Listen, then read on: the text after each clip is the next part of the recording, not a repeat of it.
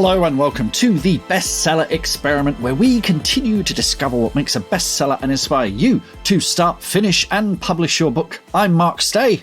And I'm Mark DeVoe, and thank you to all of our lovely patrons and Academy members who make this podcast happen. We're so grateful to all of you. And if you would like to join the Academy, we have doors open right now for the new term, which starts at the beginning of September. So if you'd like to pop along to academy.bestsellerexperiment.com and pop in your application, you can have Mark and I as your mentors. You can access over 30 amazing courses, a roadmap taking you through the real complete process of writing your book, and join, I think, Mark, completely unbiasedly, probably one of the best writing communities. No and question. A place to meet new friends. No question, really. Yeah, no question, really. Honestly, to everyone in the Academy, you're absolutely awesome people. We don't know. We love them. We don't know how it is, but every single one of members of the Academy are just brilliant. So if you want to be a part of that really positive energy, imagine a group of people. It's like the podcast audience on steroids, Mark, isn't it? They just want you to win. They just want each other to win. It's great. It's really, really brilliant. Good. So come and join us, folks. This is going to be a life-changing experience for you. And you know what? Most importantly, it'll give you that kick up the butt, that accountability that every writer needs. And to be honest, every writer lacks, don't they, Mark? When you don't have a publisher, an agent telling you you've got to deliver you need something like this community where we can help you set your deadlines and hold you accountable. Just want to make it clear, there is no actual butt kicking. We're talking metaphorical. We don't take you into a room with a big boot and kick you up the bum. That doesn't happen. I mean, if you want it, I'm sure it could be arranged. But we're just not into that sort of thing. So no, absolutely not. No, but do come along to the website, look at some of the testimonials of some of the Academy members. Absolutely fantastic. Anyway, Mr. Stay, we've had a mental week, haven't we? But there's a certain author keeps cropping up. It seems to be in our universe right now on all different levels, and people might know them. But tell us about what you discovered this week. I should have seen this coming, because I've known this book is coming because I'm a fan of the author. I just never put two and two together like an idiot. So what I'm going to do, I'm going to share screen. I'm going to do this is live typing on the internet with Mark Stay. So I'll give people a kind of a running commentary if you're listening to us on the podcast. So Mark's just gone to Amazon UK, Amazon.co.uk, and he's typing in. I'm typing in the words Holly King. Okay. Holly King. The Holly King is my new book that's coming out in September. It's the fourth of the Witches of Woodville books. So if I type in Holly King and just tap enter, guess what comes up first? not The Holly King by Mark Stay, but Holly by Stephen King comes up as the top search result. And I've known this book is coming, and I've spoken to, there's a new Stephen King. Oh, that's great. What's it called? Holly. Oh, right. Because it's about a character that was, I think, started in Mr. Mercedes and has been in a couple of other books, and now she's got her own book. And it's like, actually, it's not one of his horror books. It's like a thriller. So anyway, he's winning the SEO war. How could that happen? But this is brilliant, though. I want you to do a quick test. Go up to the top of the page. Mm-hmm. Type in King Holly, so the other way round. See what comes up. Okay. King Holly. Oh, there you go. Results. So anyone searching for Stephen King's book is going to see your book second.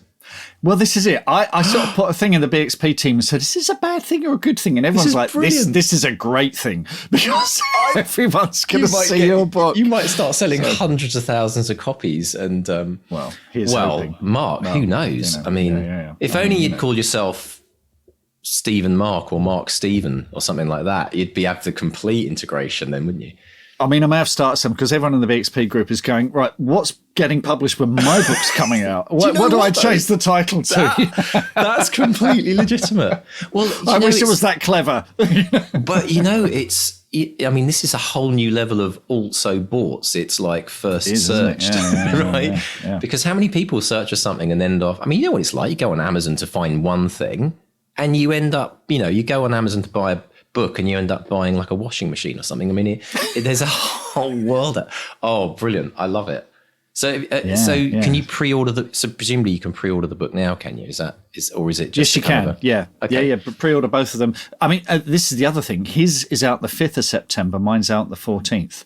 So we're coming out within a fortnight of each other as well. So it's almost like you've got the hive mind going. Well, there's this, and this isn't the only Stephen King thing that's happening. They'll just listen to the podcast next couple of weeks. I'm not going to make any major promises stuff, but there's some fun stuff that comes up about Mr. King, and weirdly enough, like completely independently, all of this, the coaching that I did on Monday for the life coaching for writers in the Bestseller Academy. I specifically, we focused a whole session on perfectionism and the difficulties of perfectionism and the problems with self-criticism, how authors, we're our biggest own self-critics and we get in the way of our own work. And I pulled up a brilliant couple of minute video of Stephen King being interviewed about how he, his first novel, and the novel that broke him basically, in a good way, the novel that made his first breakthrough was fished out of his wastepaper basket by his wife. And it was the manuscript of Carrie, which he threw away. He didn't like it. And it was incredible showing all of the Academy members this video whilst we were talking about, I don't think my novel's any good. I don't think it's good enough. I don't think I'm a good enough writer. I'm thinking of quitting the manuscript. And then seeing Stephen King talking about the very same thing they were all experiencing. And I was saying, everybody who you look at and you maybe idolize or say, wow, if only one day I could be like him. They've all been through the same struggles that everyone is experiencing today, wherever they're at in the journey. So yeah, it's a lot. But can you imagine if Tabitha King didn't pull that manuscript? Well, that's what I said in the coaching. I said, what would he be like? Stephen King would probably be a gravedigger or a retired gravedigger now, but like done something completely different, and the world would not have had his books.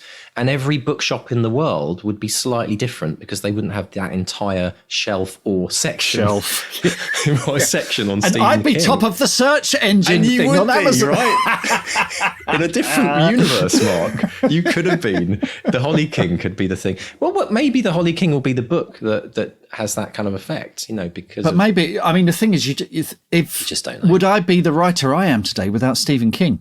Through my teens, he was a massive influence. It's like that film Yesterday, where there are no Beatles songs, and the guy starts playing Beatles songs. The one that rips off Back to Reality's allegedly. That one. Yeah. No. Don't. Any lawyers listening? We're jesting. But the premise doesn't hold up. But it's that thing, because they've got musicians featured in that. And I know there are musicians that who wouldn't be musicians unless they'd heard the Beatles. Absolutely. And how many people, Mark, listening to this podcast right now can ask exactly the same question? Because I think Stephen King had such a huge influence. Oh, massive. Again, it was Cujo was the first kind of, proper thriller / horror that I read.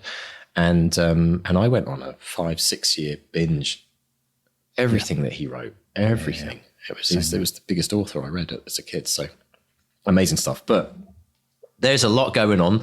I'm super excited for that. We'll have to see how that all goes. If you, I'm going to say this because you won't, Mark, because you're too blimmin' humble, but go and buy Mark's book. Go and support Mark. And if you're going to buy Stephen King's book as well, great.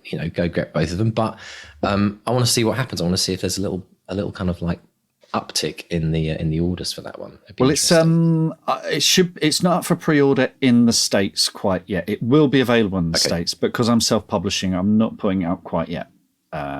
So keep an eye out for that. You can order it direct from me. I'll put a link in the show notes. You can get a paperback that I'll sign and dedicate and do all that lovely stuff. So yeah. I got to say, Mark, as well, thank you to everyone, listeners, BXT members, Academy members who are like egging me on with this non-fiction project. Yeah, how's it going? Yeah, good. I keep getting messages, and the messages are simply "go for it." That's I don't know if it's like they've decided that's a good, but it's actually really. It's wonderfully encouraging to have people like pushing you and say, "Come on, do this, make it happen." So, it's been another. I'm still in the notebook phase. Right. I'm procrastinating, Mark, but you know what? I do think there's a value, especially if you're writing nonfiction. It's harder to pants nonfiction, I think. I'm plotting a fiction book, pantsing a fiction book. You can leave a lot of space. But I think, if you think about how nonfiction works, you have to usually, you put a book proposal to a publisher before you've written the book. And you've got to literally show them the whole, all the chapter headings and what you're going to be writing about. So it's a bit of a different approach. But I am enjoying it, and I'm looking forward to sharing the kind of process with people and seconding challenge. Are you still world building? You talked about world building a couple of weeks ago in that non-fiction space. I am, but what I'm doing is I'm world building the series. So I'm not world building the book. This is my way of getting. So if you're going through this challenge, whether you're writing fiction or non-fiction, where you have too many ideas, it might be too many ideas in your novel, or it might be too many non-fiction books you want to write. I'm going through this idea of world building where I've chucked every single thing I wanted to write about onto like the table. And then I started looking at like, how do I pick one thing, or is there some kind of connection between all of these things?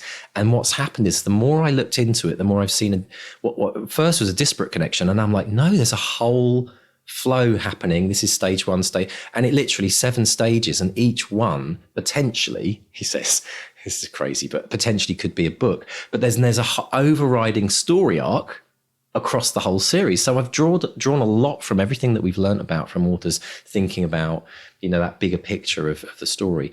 And it is very much a chronological progression that you go through these stages. And by the time you get to the 7th book, it's like friggin', honestly, like, I don't know what's going to come out of that one, but it's really big stuff, really deep and big stuff. So I'm looking forward to kind of. I'm glad you explained that so well, because a couple of people have asked me about world building in non-fiction on social media. And what's Mr. D doing? And I'm like, I haven't got a clue. No, I don't know. I'm probably making it up as I go along, folks. But one day I might document the process for everyone if it works. No, it's good. Well explained. Remember, well explained. It's all in experiment, folks. Right? Brilliant stuff. Well, talking of world building and all kinds of fun things. Let's find out who's today's special guest. Oh, this is really, really good interview, actually. Jeremy Szal is the author of the Common trilogy from Gollancz, which includes Stormblood, Blindspace, and Wolfskin. He's the author of over 50 science fiction short stories. We're going to be talking about short stories. We'll get into that. It's been translated into 6 languages. He was the editor for the Hugo-winning Starship Sofa until 2020. He now lives in Sydney, Australia with his family. He has a new novella, Scream in Blue, set in the same world of the Common. And he's also one of a number of authors who are speaking out about their mental health and how it can be affected by the roller coaster of being published. So we discuss writing action scenes, breaking his readers, and the reality of writer burnout. Brilliant. So let's listen to Mark chatting with the fascinating Jeremy Szal. Jeremy Szal, welcome to the Bestseller Experiment. How are you today, sir? Very good, sir. How are you? I'm tickety-boo. Thank you for asking. We were talking just before the recording. We last saw each other at Worldcon in Dublin, which pre-pandemic feels like a lifetime ago. So, really how was that your first Worldcon, or had you been to others before that? My debut Worldcon was Worldcon in Finland in 2017. Oh, wow. I had an agent back then. John Jarrell was my agent, and I had him, but I didn't have a book deal yet, and so I was relatively unknown, although some people did know me for my short fiction, my editing. But Finland Worldcon was also my first con ever, which was a huge amount of fun. But Dublin was really cool as well. They're kind of bewildering, aren't they? They can be a bit much, I think, but it is a very welcoming community, and it's a great. Well, I mean, we're going to talk about this in a minute. You are someone who has embedded yourself in the world of publishing, in the world of science fiction. But let's talk about the new and exciting thing, because you've got a new novella, Scream in Blue, which is a standalone novelette set in the world of the Common, which is your series that started with Stormblood and Blindspace. Tell us about Scream in Blue. Well, it tells the story of, well, to start off, to have a solid comparison, I need to explain what Stormblood is. And Stormblood is basically set in a world where this is a far future space opera where the DNA of an extinct alien race is used as a drug that makes people get addicted to adrenaline and aggression permanently. Once it's in your system, it cannot get out. And so the main character is trying to stop this drug from going on the market, and is trying to stop his brother from sabotaging the market, and all these very complicated emotional beats that get along with they're involved with it. This story tells a tale from the complete opposite perspective. It's telling this tale from the perspective of the drug mules, I would say, or storm dealing mules, basically, who transport this drug called Storm Tech throughout throughout the future city, and it's set in London because the anthology that I was asked to write it for was all the stories had to be centered around London as a theme in some way, and so I decided to set up the story on Earth because the common trilogy novels, they all are predominantly set on a hollowed out asteroid that's got all these about hundreds and hundreds of different floors, hollowed out levels where all these different floors exist and all these different cultures exist. But I wanted to try and see what Earth looked like. And so I also wanted to kind of explore what it looked like, the drug industry looked like from the opposite perspective of someone actually doing the drugs instead of being the one trying to stop it. And so it follows Sola and her two friends as they basically navigate the labyrinth, Escher-like world of the far future drug industry and all the gangs and violence and underground cults and guilt that comes from dealing with such a drug in such a far future world. This fascinates me because you've got this incredible universe that you're working in, the universe of the common. And these ideas, you said it was inspired by an anthology, and they said, can you set the story in London? But was there always a part of you, when you're creating these worlds and these epic stories, and folks, these books are brilliantly epic, when you're creating them, is there a part of you thinking, I'd love to explore around the corner there. I'd love to see what's going on over there, but I can't. I've got to focus on my main story here, but one day I'm going to go over and check that out. Is that what inspires little standalone stories like this? Oh, absolutely. I think it's always fun to play around in different parts of the sandbox. One author I admire who does this incredibly well is Alistair Reynolds. He's got the Revelation Space universe, but he's got myriad of different types of stories and characters and situations that are going on throughout this galaxy. Although his world is fairly consistent in tone, you still have all these types of various stories and storylines that are happening. All these really cool little events that play out in different ways, especially when they alternate perspectives. And so there's a faction in Blindspace that are created. They're called the 40 Clips, and they basically are nomadic space warriors, basically that have filled their bodies with machines and have a very sort of basically a mashup of the basically a sort of faction that you would find in the Revelation Space universe, and also the Band of Brothers, the Brotherhood without banners from the A Song of Ice and Fire world. They have this sort of mythos about them in the sense of honor and loyalty, but also have, basically consist of however many alien species you like, and also have different parts of the bodies replaced with machines and respirators and all these other really cool, weird tech. And so I created them because I wanted to, in the future, explore some stories and explore some worlds and little events from their perspective and tell different stories from another perspective and see what's going on in their part of the world and what it's like to look through the space opera universe through the eyes of a nomad or a traveling alien or some sort of or someone on a spaceship, because these novels are pretty much grounded very much in Vakov as a first-person narrator, and it's very much concerned with his storyline and what's going on in his head and his emotions. But because I have this other faction, I can just go around and play with something completely different, and that's incredibly refreshing, especially when I've been writing these books for the past 6 years, and I do love them. I love Vakov as the main character, but sometimes it is really good to get a breath of fresh air. Oh, no question. No question. And this is also, it works so well for someone who's new to your work, because if they've looked at it and thought, I might want to give that this is a great taster, because you can sort of dip a toe in and look at the universe through a completely different perspective. And it's kind of like a two-way mirror. They can go, oh, I want to see more of that, and go over there and check it out. So do check out Screaming Blue. One thing you get a ton of praise for is writing action. These books are full of action. Tell us, have you got any good tips for writing action, particularly in a kind of science fiction arena?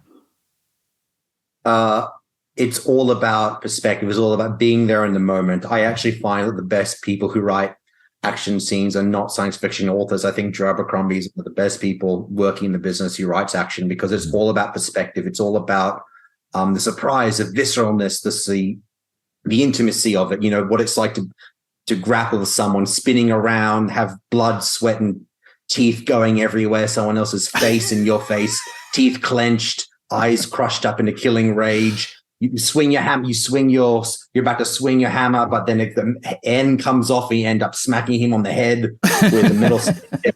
But that's the weirdness and the visceralness and the surprise of a good action scene. And the other person that I like who does action really well is Pierce Brown of the Red Rising series, because he goes from 10 to 100 in no time at all. Like literally one chapter can be, anything can be happening. The next, they're literally being spat out of tubes, streaming down to a planet for a orbital invasion, in all these wrapped in all these mech suits, and as gunfire is streaming up towards them. And so again, he never breaks character. It's always about what it's like being in the moment, having that intensity, that fear pounding in your throat, that sense of feralness, that visceralness. There's one battle sequence in particular in Stormblood that I was inspired heavily by Battle of the Bastards from Game of Thrones season 6. Oh, right, yeah.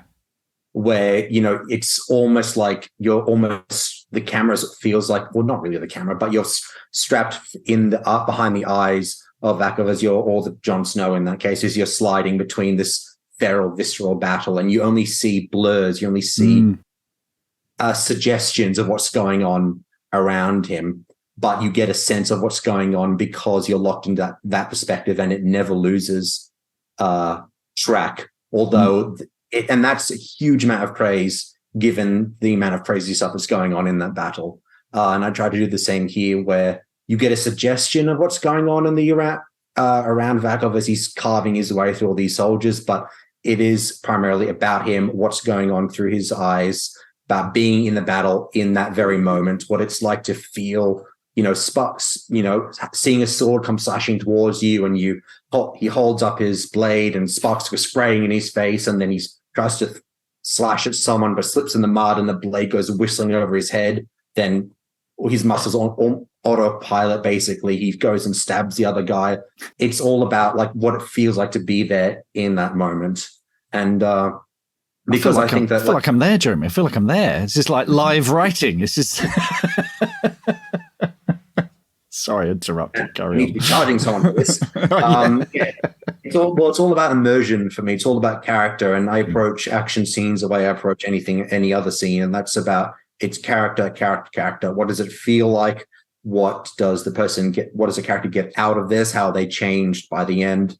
And how can I write it as intimately and with as much visceralness and greater impact as possible? That's fantastic. And look, this is a series. It's got drug harvesting. It's got mind-blowing cyberpunk, space opera, explosive action. But at the heart of this is a platonic love story. I mean, this is one of the things you got a lot of praise for. Tell us the heart of this story as well, this series. Well, it's concerns two characters, Vakov and Artyom. Their brothers grew up on a backwater planet with an physically abusive father, and as soon as he could, Vakov left for a war to get away from this planet because it was his only escape. Went to war, left his younger brother behind, got this toxic drug pumped into his bloodstream, made a huge, was only able to survive this war because of the relationships that he carved out with the other soldiers there. They became his brothers, in a sense, his brothers that he chose. And so when he came home from this war, his own brother doesn't want to bar of him. But then he finds out that his soldier brothers are being killed off one by one, being overdosed, and the prime suspect is his younger brother.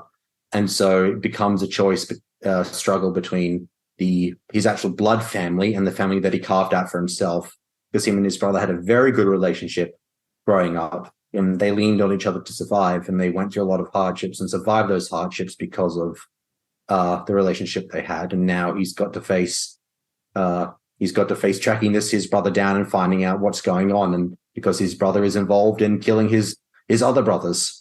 And so it's very much concerned with the sort of relationships that change and evolve over time, and what it can do to a person, time and distance. And so I think I've really much wanted to explore brotherhood in that sense, what it feels like to have that relationship with someone and yet feel betrayed, and yet still have part of you longs for them, part of you still trusts in them, part of you still wants that relationship back, even though it's painful in so many ways. And I wanted to explore the different facets of that, brotherhood, loyalty, honor, familiar relationships, platonic love. And as you said, it is a love story between two brothers, and it's very much concerns them and the decisions that they make and the consequences of those decisions, and their relationship ebbs and flows over the course of the story, especially in book 3 that I'm writing now, which I think has the most interesting dynamic out of all of them.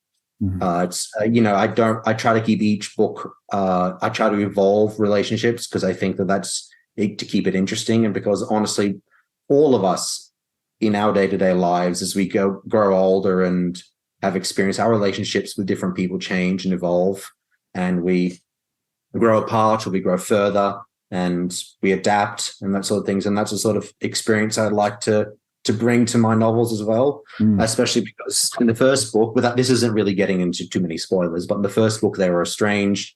In the second book they're growing together again and gradually finding a way back to each other. And in the third book, which I will not spoil, has the most, as I said, interesting dynamic yet, and it's about fully exploring what happens now. They're at their capacity.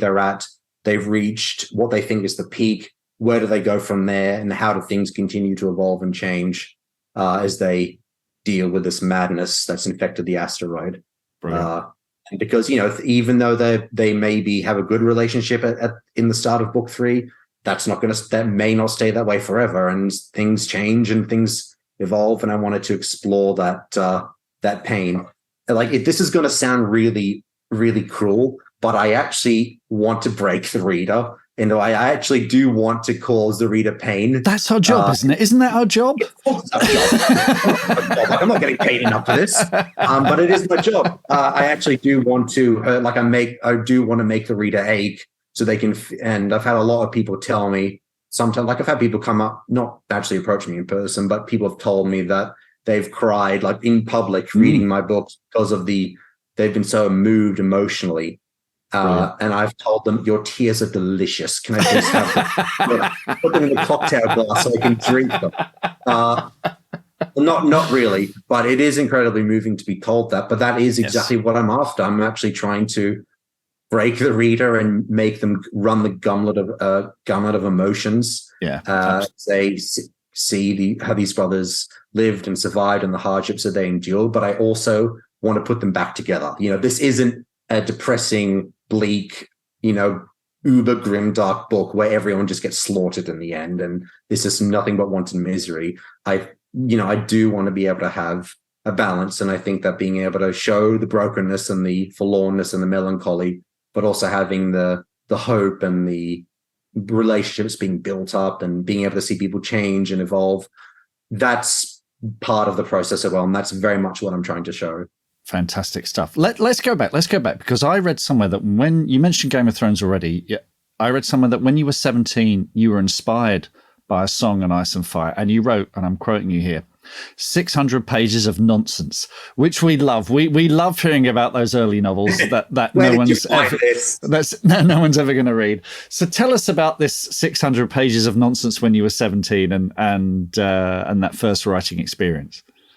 No, I'm not describing it. It's buried in a concrete bunker. No one is ever reading it. It was complete ripoff of George R. R. Martin's style and approach. Just happened to be set in the sci-fi world, and because I was playing Halo at the time, so I threw in a bunch of influences from Halo as well. Because why the hell not? It was great to do in my summer holidays when I finished high school. And it taught me a lot about the writing process. Well, actually, not really, because I didn't really know what the hell I was doing. Yes, but that first novel is how we learn, isn't it? Those are the big lessons. But at 18, you sold your first short story, and I think you've written something like over 50 short stories since. And over time, you've embedded yourself in the world of publishing with short fiction. Tell us about selling that first story, what that felt like, and your journey to Stormblood.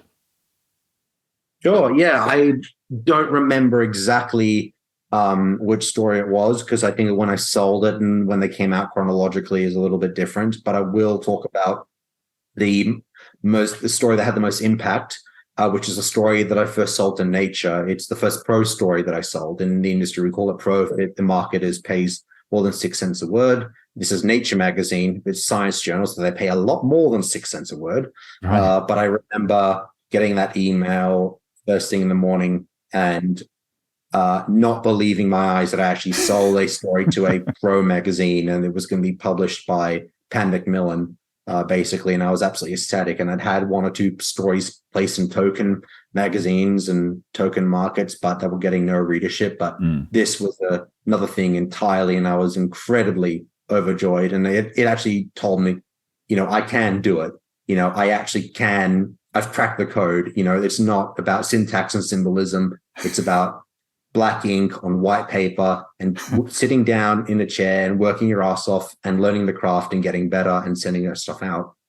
And so, I continued to write and submit short fiction, and I've had quite a few short stories published all over the place. I've also had, I think, translated into 9 languages. I think I've just had the 9th one just come out in a French magazine called Galaxy, SF Galaxies. Wow. And I've had 4 picked up by Sci-Fi SF World, which is a magazine in China. And they have a readership of over 1 million copies, circulation over 1 million. Yeah. I've had 4 stories translated by them over the years. And so that was pretty good. But to be honest, I think you do me too much credit. I actually don't really think I've embedded myself in the world of short fiction. I've never really sold a story to any of the what you would consider the big marks like Asimov's or Clark's World or anything like that. And there's a reason for that. It's because I actually do not really like short fiction in general. It's not my natural form style. Well, it wasn't so much, it was just embedding yourself in the industry. I mean, you were talking at the beginning about going all the way, because you're in Australia, you went all the way to Finland for a Worldcon, you went all the way to Dublin, you're traveling halfway across the world, and you were determined to make this happen. I saw this in an interview from 2014. And I'm going to quote you here again. And you said, "I've nearly finished a novel of mine. An editor for one of the big 5 has already shown interest, which is enthralling. We met at a convention. We exchanged details. I kept the business card on my desk while I write, and it really helps me out. I don't know if it'll go anywhere, but I'm just praying that it will. And if it doesn't, I'll write another and another and another until I strike oil, just to make sure to be there to buy them when it happens." So this business card, this kind of token, this little totem of hope, tell us about that. Tell us, and what did it lead to? Absolutely nothing, because this card was from a editor at Harper Voyager Australia, and I just cornered her after a panel and breathlessly pitched my YA/adult crossover novel to her, and she gave me her business card. And then I did a little talking to other authors, and I realized that the Harper Voyager imprint in Australia, A, does not pay advances, B, is basically a dusty outpost for the chief Voyager imprint, and C is you get little to no attention if you do submit to them. And even if you do, they mostly drop you after your initial books are done. And every single author I know who's gotten a book deal with Voyager Australia has been dropped almost regardless of sales, and so, being with Voyager Australia does not mean you're going to be with Voyager UK or US. Right. So you're right. Australia only, and, Australia's population and readership compared to America it's not even worth mentioning, the comparison. But I was that desperate that I would have taken anything. But although I am a person who is naturally impatient, the one I can give myself credit for being patient enough to write a novel that was actually good enough, because I think if I submitted some of my other novels, they could have very well have been picked up by this editor. And although she's left the company years ago, they could have been picked up and published, but it would have been a rush job, a hack job, and I would have blown my chance at really landing, doing a good serious land as a debut author. And so I did wait until I wrote a novel I think it was after I finished university. In 2016, I was, considering, do I want to enter the workforce? Or do I want to work part-time as a construction laborer with my father, who runs a business? And do I want to take another crack at writing a novel? And I did. And I wrote a novel in 3 months. I wrote 1,000 words every day after work. I spent a few months tidying it up. when I did tie it up, I sent it out to a bunch of agents. Between that time, I wrote Stormblood. And about 6 months later, John Jarrold approached me to say, yes, I want to represent you for this previous novel. And so that was, a very wise decision, not entering the workforce full time. The novel obviously didn't go anywhere, and I'm glad it didn't, because it wasn't quite there yet. And I think that it was a bit of a juvenile attempt at science fiction. I don't really think it had anything to say the way Stormblood does, and I don't really think it had the punch that Stormblood has. And I think that Stormblood definitely is a much better representation of me as an author and my voice and my style, because the previous novel was written in third person, because I thought, well, third person is kind of what people want, and I wasn't really confident enough to do first person. And the previous novel was very plot driven, whereas Stormblood is very character driven and very voice driven, and is in first person, which is much more my thing. And I wrote it in a, no pun intended, I wrote it in a storm. It just flew off the page. And I was delighted with what was coming out of me. And I can't say that I've ever had that same experience with any novel before or since. And so I'm very, very grateful and glad that Stormblood ended up being the one that got people's attention and became my debut. Fantastic. Yeah. Well, let's talk about, because that kind of segues on to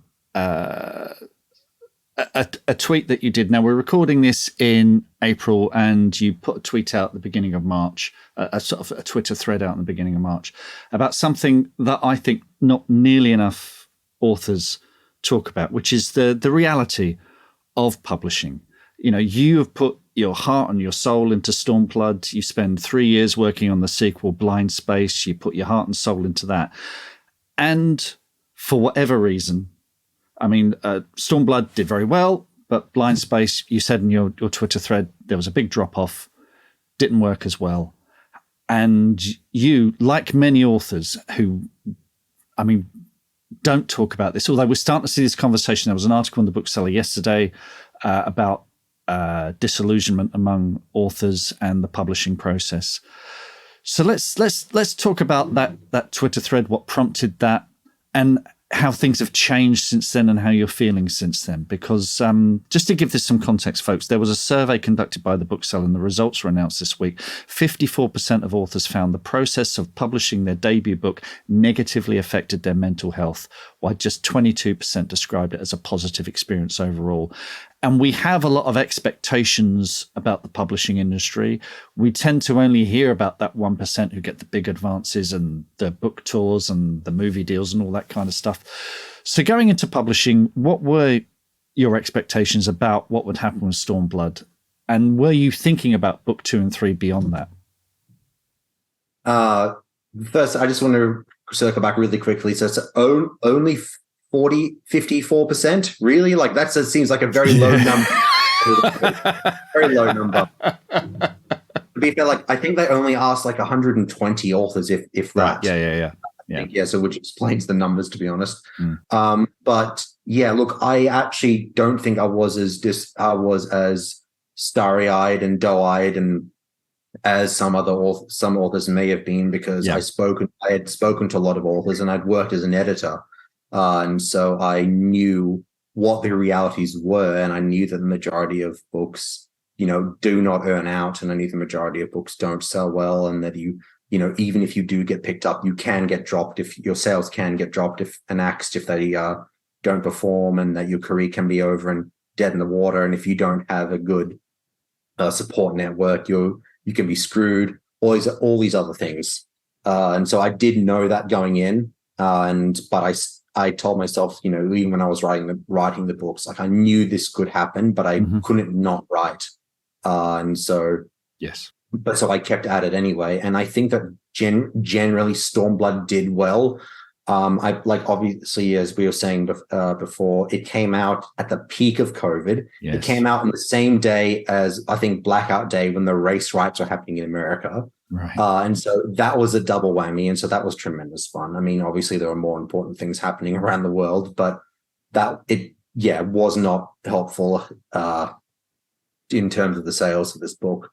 And, the fact that I think my arcs got cancelled, publicity tours got cancelled. A lot of things like that happened. I was supposed to be overseas. Like Worldcon in New Zealand got cancelled, and that would have been where it would have been launched. The Lance tied in the release of book one for a convention now called Supernova, which is the biggest convention in Australia, and it's one of the only conventions that I know of that pairs authors and actors, the big stars, together. And I've done big Supernovas since, and you're literally in the same green room as people like Carl Urban and Tamora Morrison or Boba Fett and people like that, which is tremendous fun, by the way. But the point is that people who go there to see people like Billy Butcher do end up passing the author table and buying books, and I've sold very well at those conventions. Yeah. But I was supposed to be there for the launch of Stormblood, and Hachette would have likely have done some really nice event because I've done it for other authors there. But that all got canned, all of it got axed, and so I am actually amazed that the book did as well as it has, like especially in trade paperback. It's been quite strong, and that's the words of my agent, not me. And John Jarrell, my agent, he will never tell me anything, shower words of praise that he doesn't need to. Nice. So, in the sense that I mean that he will always, he tries to be positive, but he will always be honest. And so when he says quite strong, it's quite strong. Yeah, John's been on the podcast. He's one of the good guys. We love John. Yeah, John's great, very good man. He keeps me on the straight and narrow. But yeah, it was a bit of an insight into, just how many things can screw up a book launch. And when you have all those things together happening at once, it can screw up a book launch even more.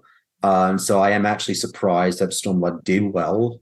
But Blindspace, for whatever reason, did not get the same impact. And, let's not, before I want to confuse anyone, Stormblood was never a bestseller. It doesn't have a US deal because any potential US deal got canned because of COVID. And I know that for a fact because editors have told us our wallets have tightened. We can't look at this right now. And so I could have had a US publisher, and that the advance that they paid me could very well have made my book earn out. So I could have been raking in nonstop profits for every sale. I don't know. That may not have happened, but it could have. But it's not happened. And so there's been a lot of things that have messed with the book's success, and it's definitely not a huge success. The sales are good, not amazing, not stellar, but it's been not too bad, especially for someone like me who is Australian, who is a debut author who's writing science fiction, not fantasy, because fantasy is 75% of the market. So I think that it hasn't done too badly. But the second book, for whatever reason, didn't get the same traction. It came out in the very tail end of COVID, which didn't help either. No. It came out at the end of the year, and there were a lot of screw-ups down the track for various reasons with launches and delayed releases and that sort of thing. And that didn't help either. No. And there's only so much you can be on Twitter for. And as I said in that tweet thread, that sometimes it just feels like you're screaming into a void, and there's only so many times you can scream, buy my book, promote me, read my stuff, give me reviews on Amazon. And it feels exhausting, especially when you feel like you're not getting that support either from the community or the publisher. And, I'm talking in general terms because both have been very, very good at times, but it can feel exhausting. And especially when we do this thing to ourselves where we have this sort of reward system in our head. And if we don't get this reward, if we put in a certain amount, X amount of effort, and if we don't see Y results, it feels like X effort is worthless and that we are worthless and this is terrible. When that is not true, because we may have done something amazing, but because we haven't reaped that reward that is almost completely out of our control, then it can have a huge impact, I think, on us both mentally and creatively and things like that. What was the reaction to that Twitter thread? Very good, actually. I was completely surprised by just how well the community responded, and I got people from all over the world. I think it got something like 80,000 views. Wow. Okay. The book was number one on the bestseller list in ebook in the UK, Amazon UK. And book, Blindspace, that is. So not even just the first book, the second book was that was on the bestseller list, and Stormblood went up to 18 or something like, or 16 or something like that. So the second book was selling more than the first. Right. Were writing into me all over the world. Like I think people like Max Gladstone liked the tweet, and so that brought a huge amount of traction to it. And had some guy who worked, I think, for Dropbox as a community manager, basically quote tweeted me and said, "Support new authors, buy the books I just did." And in his tweets, you had a bunch of guys who worked for Microsoft and Sony and all these other tech companies saying, "Yep, I've done the same. Yep, I'm going to do that."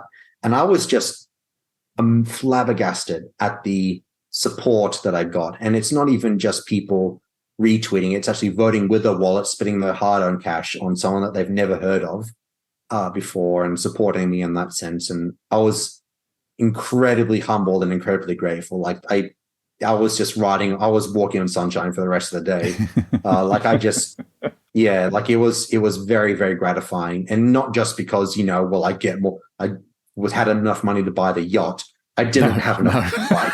I still don't have enough money to buy it.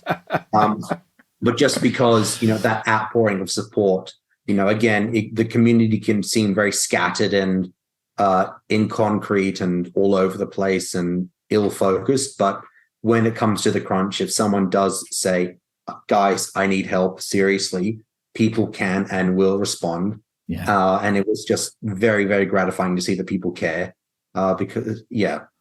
So how has that changed your attitude? How has that changed going forward with book 3? Look, it actually told me that I need to spend a lot less time on social media because it's damaging for my mental health. Yeah. As I said just before about that reward effort system, you can put so much effort into trying to make something happen and trying to make something count. And if you don't get that tangible reward on screen, you feel like a failure. And that's not the sort of thing I need bouncing around in my head before I sit down to write first thing in the morning. It's not good. It just eats up all your time. And there was a time where I was literally, sometimes before I even I would waste an hour, trawling through review sites and seeing if I can, any new book bloggers want to read this book and read my book, if there's anyone I can contact. And it's just, it's suffocating creatively. It uses up a completely different part of your brain. It uses up mental energy in a way that just is not conducive to producing good fiction. And, it would be really, really nice if all of us authors didn't have to be on social media and we could just write our stories and the publisher would take care of everything. But that's not quite the reality that we're facing now, because a lot of us don't sell well enough for that. And we do need to, grind the mill, basically, wear that millstone day in and day out. But it did teach me, there is a time to just shut off social media. And I did get sales figures recently, and I felt, partially thanks to that boost, I felt somewhat confident enough. Okay, I can actually take a step back now. I would have done so anyway, because I think it's just not helpful to the mental health. And I just really needed to take a step back, breathe, focus on the book, and let things take care of themselves. And if they don't, I can take care of them later, because the book isn't going anywhere and the audience isn't going anywhere. But and it can be really hard, even, seeing other people soaring ahead of you. I'm very good friends with Richard Swan, author of Justice of Kings. I knew him before he was published. I took him out for drinks the day his book came out, and he hit the Sunday Times bestseller list within 2 weeks. And given that there was a war on literally in Europe at the time, it's quite amazing that it happened that way. And obviously he's got a huge readership, and, it can still feel disappointing in a way that you can see other people soaring ahead of you and you're lagging behind, and you wonder, what the hell did I do wrong? And what do they do right? But it's not about that. It's just about all these other variables that you have no control over. Absolutely. And it's a sad thing to admit, but ultimately there's very little an author can do to make the book a success or not, because the default is failure for a book, unfortunately. And that failure doesn't have to immediately look like, okay, you're never going to be writing again. Failure can just look like, okay, my expectations weren't met, or something along those lines. And well, you can talk about failure and success. It depends what metrics you're measuring that with. I mean, if you want to talk about, sales, bestsellers, that's one thing, but also the fact that you talked earlier about people have been moved emotionally by your writing. And for me, that is a sign of a successful writer. Of course. It's and thank you so much for sharing that. I really, really appreciate it. So you've already mentioned briefly the third book, which I believe is called Wolfskin. I suspect you can't talk too much about that yet, but you're writing, you're focused on it, it's coming. You said, you're taking these brothers to the next level. You're going to torture them, make their lives hell, which we're really looking forward to. Well, that goes without saying, Mark. saying, like, you don't go to a Metallica concert and ask them to turn the volume down, do you?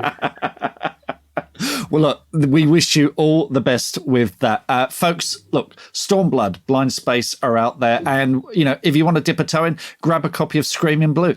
Get them all. Get this man a yacht. I suspect that's not where you... Damn it. I don't think you really want a yacht. They're really expensive to run. No, I want a gin. I want a lot more gin.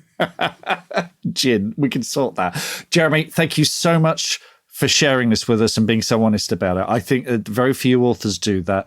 And I'm glad it was, in the end, a cathartic and positive experience. Mm-hmm. And we spoke about this before the recording. At the risk of sounding like a patronizing old giffer, you're 27 years old, which I think is the age that I started writing seriously. So you have an incredible career ahead of you. And we wish you all the best and hope to speak to you again soon. All right. Well, thank you so much for having me on, Mark. It was an absolute pleasure. What are your writing dreams? Finishing that book, quitting the day job, becoming a best-selling author? Well, over 4 years, we've studied the advice of over 300 best-selling authors who've collectively sold over 500 million books. And we are excited to announce the Bestseller Academy. If you're ready to take your writing to the next level with accountability, craft, and coaching, your bestseller dreams are now only a click away. To find out more and apply, visit bestsellerexperiment.com/academy. That's bestsellerexperiment.com/academy.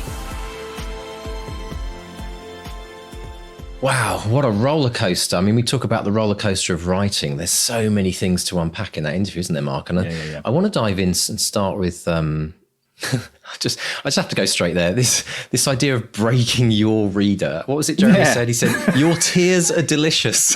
It's like brilliant. But it's a very interesting approach, isn't it? Because I'm real big one on focusing on emotion.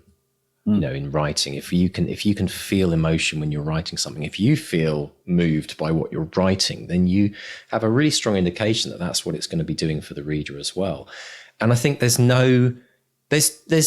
two wonderful things that every author wants to hear from their writer, and that they cried, but they either cried tears of happiness, the big kind of, it all comes together at the end, big happy ending, or tears of pain or sorrow because, one of the main characters or their favorite character gets knocked off. And I think to accomplish that as an author is a kind of next level, isn't it? It really is.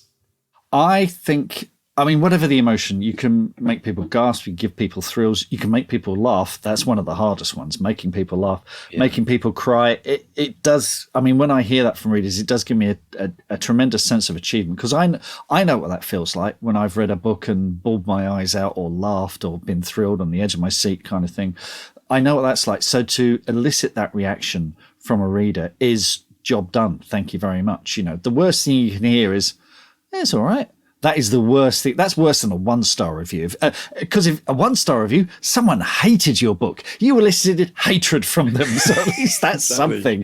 Whereas, that kind of tepid, it's all right. That's the worst. That is the absolute worst. Yeah. So, and I'm increasingly aware of this as I write stuff, because I will sit there going, this is gonna push them over the edge. This is gonna make someone gasp. This is, talking about the Holly King. I don't want no spoilers, but the last line, I deliberately, I was sitting there going, because that's just gonna. But I'm gonna get angry emails about that one, because but it's what we do. This is what we do. We want to give people a roller coaster, a journey that's going to thrill them and delight them and elicit all these responses. And it is, and this is probably my I get hauled over the coals, is that a thing, for this sometimes, because I will say that people respond more to emotion than they do plot. When you get people going, oh, the massive plot hole in so and so, I don't care. And I don't care about continuity errors. All I care is how something makes me feel. Yeah. When you get people going, well, actually, I went to see Oppenheimer at the weekend, okay? Did you see, a big question, did you also do back-to-back with Barbie as well? We're seeing Barbie tomorrow night. Okay, You're actually going to go and see it? Yeah, absolutely. I just couldn't do two in the same day. It just wasn't practical. But I saw Oppenheimer. We don't have an IMAX near us, so I sat in the front row of my local View. That's a poor man's IMAX. You sit in the front row. And I was transfixed for 3 hours. It's astonishing performances, these big moral dilemmas, and I was really moved by it, and it was an emotional thing. And now I'm seeing articles like, well, have you seen the massive error in Oppenheimer? And all it is there are some people waving flags, and it's Stars and Stripes. They got 50 stars instead of 49 because Hawaii wasn't a state until 1950 or whatever. Someone has actually paused the video and counted the stars. You sad little sack. It's like, that's not, I don't care. I genuinely don't care. All I care is how that movie made me feel about these massive dilemmas that this man and his team had and the consequences of what they had to live. I think, Christopher Nolan gets accused of being a cold filmmaker and not being emotional. And actually, I disagree. I think a lot of his films are, and this is his most emotional one of the lot. Wow. I think, so that's what I think you're absolutely right. I think, when you think about literally a roller coaster, when you get off a roller coaster, you're not complaining about the plot or the journey. The point is it's what you felt. It's the drops, it's the fear, it's the highs, it's the lows, it's the anticipation. And I mean, but combine an amazing plot with emotion. Winner, chicken dinner, really. I mean, if you get both of those, but you're absolutely right. I was talking about completely okay, let's go opposite. Let's go Barbie end of Oppenheimer. I sat down the other day. I was worn out. I thought, I just want to sit and watch some rubbish on TV. And I went on, and the original series of Different Strokes was on. Do you remember Different Strokes? Oh my God, I know. Oh, wow. Is someone still showing that? 1978, right? Do you remember Gary Coleman? I used to watch that all the time as a kid. And it was season 1, episode 1. I thought the very first episode of Different Strokes, I haven't seen this in years. So I stuck it on. And you want to talk about continuity? I mean, it was absolutely hilarious just watching it again. But like almost every single shot, like they're all sitting in different positions whenever they change. Really? That's great. And like we didn't care. We didn't care as kids. But yeah, it's absolutely brilliant. But yeah, I very much enjoyed watching Gary Coleman's debut. Oppenheimer strokes? No, that sounds wrong. So tell me, for everyone asking the question, like, what's the draw for Barbie for you, Mark? What's the? Is it just a curiosity factor, or are you genuinely kind of like going to watch it from a story perspective? It's Greta Gerwig, who's one of our great filmmakers and writers, doing Barbie. That immediately, the clash of those two things is that like kind of Musk and Zuckerberg getting in is it like the most unusual thing you can imagine? Well, I'm just fascinated because she's a brilliant, thoughtful writer and filmmaker. And I've seen the trailer where it's all pink and Barbie says, have you ever thought about death? And I'm like, sold. I'm there. That's it. Barbie has an existential crisis. Ticket sold, please. And funny enough, I went to, because I sometimes write in the Curzon Cinema in Canterbury because I got a lovely little coffee shop there, and I sit and write there sometimes. I was talking to the manager, and I was saying, who's winning, Barbie or Oppenheimer? And he said, "Oh, Barbie." Barbie is, isn't it? Yeah. I mean, Oppenheimer's had office receipts. Yeah, Oppenheimer's had an amazing opening, but Barbie is doing really, really well. And I said, "Here's the thing, though, who is it for?" Because Barbie movies, you think the target audience for that is going to be young girls who play with Barbie. And he said it's across the board. It's rated over here. I mean, in the States, I think it's PG-13, but over here it's a 12, which means anyone under 12 has to have an adult with them, which doubles your box office. So, you know, so I think I haven't seen it myself. I'll report back next week. Okay, I want to hear it because I haven't got any intention of seeing it, but I've got to say I might get sucked into it if everyone starts saying.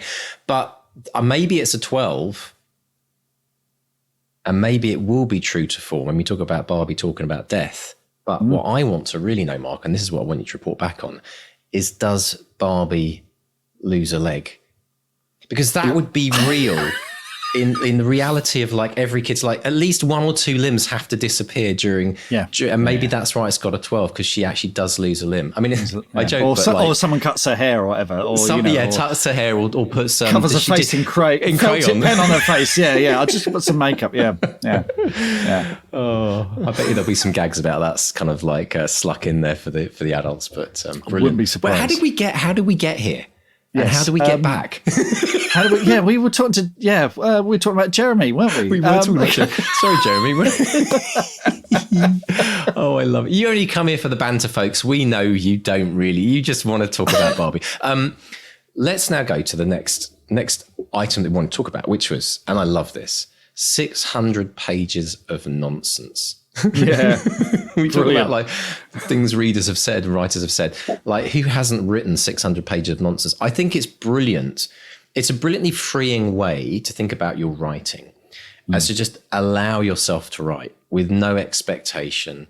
And maybe that's what every first draft is in the eye of the writer. It is like, you know, 50,000 words, 70,000 words of nonsense, because it's about how do we make sense of nonsense is no sense, right? So how do we make sense of that in the second draft? But I love the fact that he learned so much about the writing process through that journey. Totally. I tell you what, he finished it. Yeah. He got to the end. That's the key, isn't it? It finished 600 pages of nonsense. Precisely. And you've then got something to what you will have learned so much from doing that, about beginnings, about middles, about endings, about character arcs, stories, the whole thing, and no one needs to see it. You know, it's your dirty laundry. No one else gets to see it. You know, you don't feel obliged to get it published or whatever. I've got so many hundreds and thousands of pages of nonsense that I've written that no one's ever going to see. But that's kind of the bedrock of who I am as a writer. That's where I started. You know, we hear a lot of I mean, he said it was kind of a Game of Thrones style, you know, influenced by that. And we've spoken to so many authors who started out writing fan fiction. You know, they would write in another universe because they don't necessarily want, you know, half the battle is coming up with the world and characters and putting that all together. Well, you tell you what, let's write in the Game of Thrones universe. I'm just going to do that, and I'm going to write that. I'm going to have fun with it, and they're going to learn so much about it. Why not? Why not do it? If you're struggling with your first fantasy novel, why not write something in George R.R. Martin? As long as you don't make any money from it, you're fine. You're absolutely fine. But we've heard about writers, you know, even people that we're coaching in the academy have talked about that they've rewritten. They've written out, I mean, Chris Willis talked about rewriting like a chapter from one of his favorite novels. And what Jeremy talked about is he said, I wrote in the style of, or I ripped off, you know, and that is absolutely valid. Like, try to do that.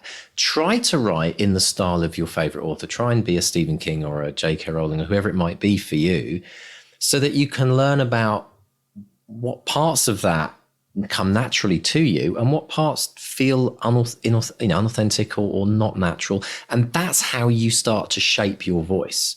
Yeah, you know, it's absolutely. Not, people talk about finding their voice as if you're kind of going off with a backpack and you're going off on this, like, you know, hero's journey quest where you're looking around, you're digging, you're chasing rainbows, you're searching for that buried treasure.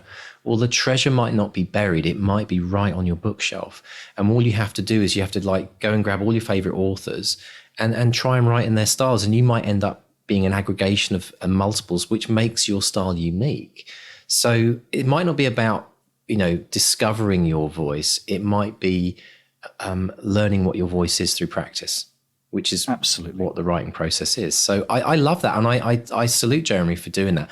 I also just want to say as well, Mark, this again came up in the coaching and the academy on Monday when we talked about people being the most self-critical of anyone in the world about their own writing. So I just want to put a bit of a massive like neon disclaimer on everything that we're saying, because here's the thing. As a writer, you will be the harshest critic of everything you write. So if you think that your work is nonsense or rubbish or low grade, I promise you that will be its lowest rating in the world, which means that anyone else that reads it won't have quite as an extreme, possibly negative view of it, which means it is actually better than you think it is. And what actually counts is not what you think it is, it's what the reader thinks it is, because they're the ones that buy your books ultimately. And that's what comes back to that emotional response. That's what you're trying to, and you have no control over that. You can do the best you can by presenting them with a story and this weird collection of words that somehow paints a picture in our head or not, depending on how neurotypical you might be. We've heard about people who don't see it like that. But it's that thing of you're eliciting these emotions from people with words, which strikes me as strangely magical and alchemical and weird. So if you even get the slightest emotion out of someone, you're some kind of strange word wizard. But here's a task for everyone this week. When you sit down to write something that might make someone cry, tears of laughter or tears of sorrow. Like, try it because most people. That's hard. I know it's hard, but the thing is, you've got to practice it. In fact, one of the things I found through doing public speaking is I learned the process of eliciting emotion in people when I was telling certain stories in my speeches and things, and it's like a comedian in a weird way. It's like how a comedian goes out and tries their jokes, and sometimes you get a laugh, and other times you get unexpected laughs, and other times people are rolling in the seats. But you have to go out and try it to get the feedback to know what works and what doesn't. And I think most people who've never had someone cry or laugh with tears at their book is because they've never actually tried it, because they don't think they're capable of doing it. That's a really, really right? Interesting point. Everyone is. It took me years to. I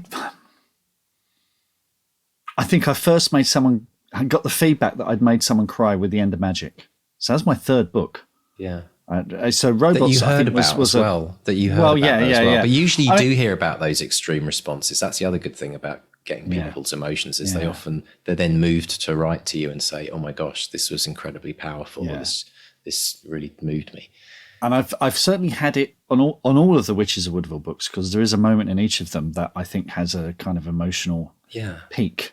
But it's hard. It took me years to master that. Well, I've mastered it. I say master it, just manage it, Well, mastering it, I think it's that whole we're mastering it for the rest of our lives, aren't we? And we'll never quite.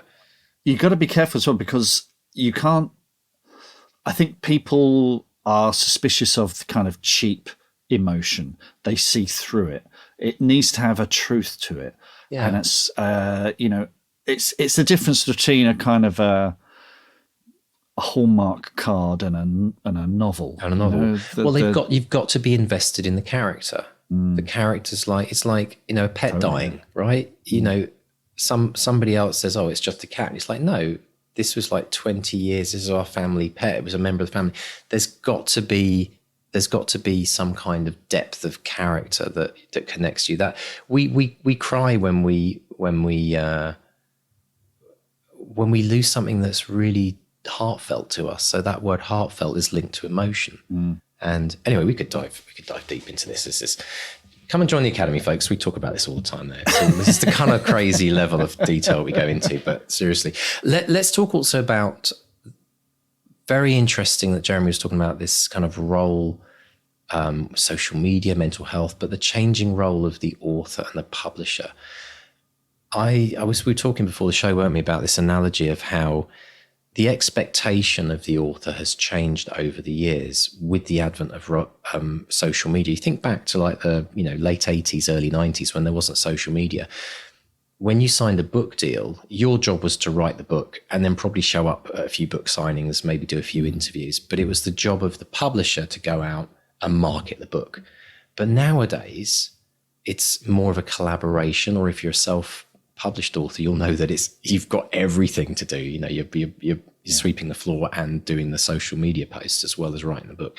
So there's a changing expectation here, isn't there? And that, I think, is a lot of pressure on a lot of authors who are having to keep up the social media game, as it were, to try and keep publisher happy. There's so much to discuss here. And in the extended, we're going to talk about selling yourself on social media in a bit more detail, aren't we? And selling the book on social media. We're going to talk about that in the extended version. But there is a link in the show notes to Jeremy's Twitter thread, which is definitely worth reading, because it's very common. And like I said, there was a survey in April of this year. 54% of authors found publishing the debut negatively affected their mental health. And that's a combination of things. It's not just social media. It's coming into an industry that it isn't very good at explaining what it's about. It has this, strange lingo that we use. Still a black art, isn't it, for many people? Yeah, we assume a lot of knowledge. What's interesting is this year, a couple of publishers are making efforts at beginning with sort of introductory courses for other authors and saying, okay, this is what we mean when we send you your edits. And you hear about authors who get their edits back and don't know what track changes are.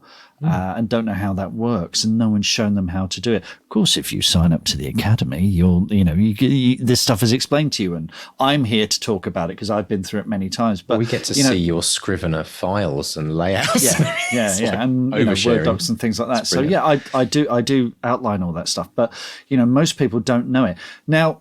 The Gen X part of me is going, oh, for goodness sake, if you're going to go into an industry, learn about it. There's a part of me that's kind of, oh, honestly, get a grip kind of thing. But also, publishing is really bad at this. It is genuinely really, really bad at this. And part of that is because, one, it's been very cliquey. It's a lot of people come from the same backgrounds who will assume, oh, you went to the same schools that I went to, you went to the same universities. And now that we're getting a much more diverse bunch of authors writing now, they're coming from different backgrounds and they don't have this knowledge necessarily, and also it's just, publishers are massively understaffed now as well. A lot of the editors just don't have time to hold your hand and take you through this kind of stuff. Absolutely. So it's interesting. A couple of publishers are making efforts to change this. Let's see if they're still doing it in a year's time, shall we? I've seen them start these things before, and it doesn't always, keep going. But it is a bit tough. I think authors, when you're going into if I was to suddenly become, change industry, and if I was to become a lawyer or a barrister or something, I would learn something about the industry before I hurl myself into it, Exactly. So we have to take a bit of personal responsibility for this stuff. Yeah. But where do we go for this information? Where do we go? Who do we ask? Exactly. The thing is, partly it's interesting because when I came into this podcast 6 years ago, part of my fascination, and part of the reason I thought, it'd be so fun working with Mark is because you worked in the publishing industry, and from my perspective, it was all a black art. I didn't even know the different types of editors that there were. Yeah. And I know a lot of people are listening to this podcast to learn all that because, we even do a course about, the different types of editors so that people can understand that. And I think what's really important here is, as a writer, you've got a massive undertaking and a personal growth that you're going through as a writer, how to be a better writer, how to write the best book you can. And that's obviously a big focus of what we're looking to do. But then outside of that, there's this whole other learning curve about, what is this thing called the publishing industry? And even if you're not, and in some ways, if you're going to self-publish, you need to become more knowledgeable about that than someone who's published with a traditional, because you're having to understand it from the nuts and bolts up. And so you've got these two massive things that you've got to start to learn. And the most important thing is to not get overwhelmed by either of them. I think it's very easy when you stand as an author and you start to kind of you open the front door of the house and you kind of look in and go, oh my gosh, there's a lot of rooms in here. This is a big house and there's tunnels and there's secret passages and all kinds of things going on. You want to basically take your time and allow yourself, but set the intention right now, if you've not been there, that you are going to really focus on your craft and focus on your kind of the mental side of writing, like the inner game of writing, as I call it. And also set an intention that you're going to learn at least the basics of how the publishing industry works, because that's the machine that you're sticking your book into. right? You're putting your book into that machine. And if you don't understand how it works, that brilliant book that you've written might get chewed up and spat out. And nothing to do with whether it's a good book or a bad book. It just never gets a chance to shine within that world. So really encourage people just to kind of it might be a case of, a little knowledge is a dangerous thing, because people go into bookshops and think they know how the sausage is made. They think, oh yeah, the writer writes a book, publisher publishes it, easy peasy, lemon squeezy. No, it's not. It's a whole process, and you can be chewed up and spat out. And the author who gets a $500,000 advance and a massive marketing campaign is very different to the author who gets a $5,000 advance and no marketing whatsoever. Exactly. It's a totally different experience, and it's I've seen both happen, constantly, and it's a roller coaster, an emotional roller coaster. It is emotional. Yeah, there you go. I mean, it's the same thing back to front. So we're going to go deeper into this in the extended. I'm going to talk a bit about this idea that people like to buy, but they don't like to be sold to. So if you're struggling to sell your books online, I'm going to go into a bit of the consumer psychology behind the reader, which I think you'll find very, very interesting. We're also going to talk about the value of writing short stories, the milestone of selling your first short story, and delve a little bit into this incredible story that Jeremy told us about Chinese sci-fi world with 1 million circulation, like the things you just don't realize are out there. And Mark's going to give us his number one tips for writing action scenes, which I can't wait to hear. So if you'd like to join us in the extended, it's very simple. You simply sign up to become a patron. It's pennies per month. Or if you're a part of the Academy, you get all of the extended podcasts for free on our very special Bestseller Academy app, which you get as part of your membership. So pop along to bestsellerexperiment.com/support for the patron, and academy.bestsellerexperiment.com for the Academy. Links in the show notes. So folks, thank you very much if you listen to the extended, and we're going to dive into this week's wins on social media as well, Mark. Just a couple of bits. It's been a long episode, so we'll just keep it short and sweet today. But some wonderful stuff. Gavin Ralph, much treasured member of the BXP team, who's written Murder on Milverton Square and Poison at Penshaw Hall, which is coming soon. It's coming October 2023. He said, I have to share a win today. Now, Gavin self-publishes and does it really, really well. Amazing covers, brilliant writer. He says, my cozy murder mysteries are coming to ears near you. Recently finalised an audio rights deal with Tantor Media to produce and publish the first 2 Milverton mysteries as audiobooks. So this, and he's done a little graphic and everything. It's terrific. Now this is what we were talking about during the extended, about authors, taking control of their careers, not relying on publishers to do things, So Gavin's Tantor Media is the real deal. We used to, when I was at Orion, we deal with them all the time in order to produce audiobooks. So that is terrific. That's going wide. Audiobooks still, growing massively. Huge. So Gavin, huge congratulations on that. I think that's massive news. Brilliant. Really, really good news. So huge congrats. And Mark Hood, the legend Mark Hood. We've had Mark on the podcast a couple of times, I think. Still got his incredible 200 words a day streak. He says recently on the podcast, there was advice on finding a nice book to put positive things in. So he says, I've got this now. And there's a beautiful picture of this antique wooden box with a wonderful old lock on the cover, on the front of it as well. He says, I've put in printouts of good reviews, comments people have sent me, and feedback from submissions. So I have a collection of positive messages to flick through if I need reassuring. Now this was this came from you, didn't it, Mr. It did, yeah. It's a story of I've created a kind of I've got a physical location, and also I got a folder on my whenever we get a lovely email from someone who's enjoyed the podcast, I save it. I literally kind of I create a PDF of it, so it almost makes it kind of like permanent forever. And brilliant. The story behind a lovely my mother-in-law is a teacher. She said whenever she had a bad day, she'd open up a box of letters that she got from students of the past. And I think we just need to start doing things like this, folks, because, everyone has tough days. And as much as these things fill us up and they're wonderful in the moment, they have a lasting effect, and they remind us of the value that we're creating in other people's lives. And that, folks, strip away everything else. That's why we show up here in the world. That's the legacy that we can leave behind. So yeah, I reckon everyone else should do that. We'll give it an official title when I come up with one. But yeah, good for Mark for getting out the gate and kicking it off. Brilliant stuff.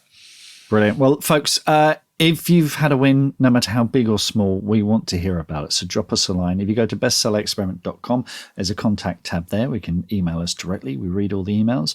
On social media, on Facebook, we're Bestseller Experiment. On Twitter, Instagram, and Threads, we're at Bestseller. Is it Instagram? Is it Twitter anymore? Twitter? What's he calling it? X. Yeah, X. Oh, I'm not doing it. I can't do it. I can't bring myself to say it. Anyway, we are at Bestseller XP. So drop us a line there.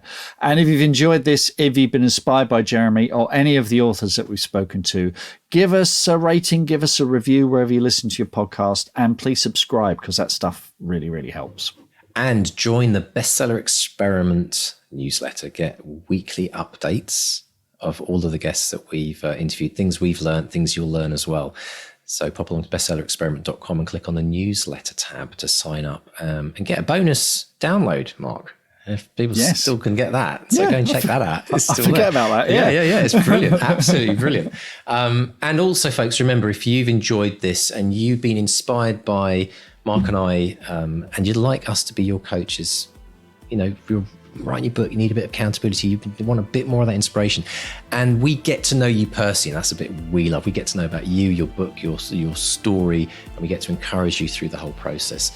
Then pop along to academy.bestsellerexperiment.com and put in your application for the Bestseller Academy, starting at the beginning of September. So you've got a few more weeks yet. Get in there.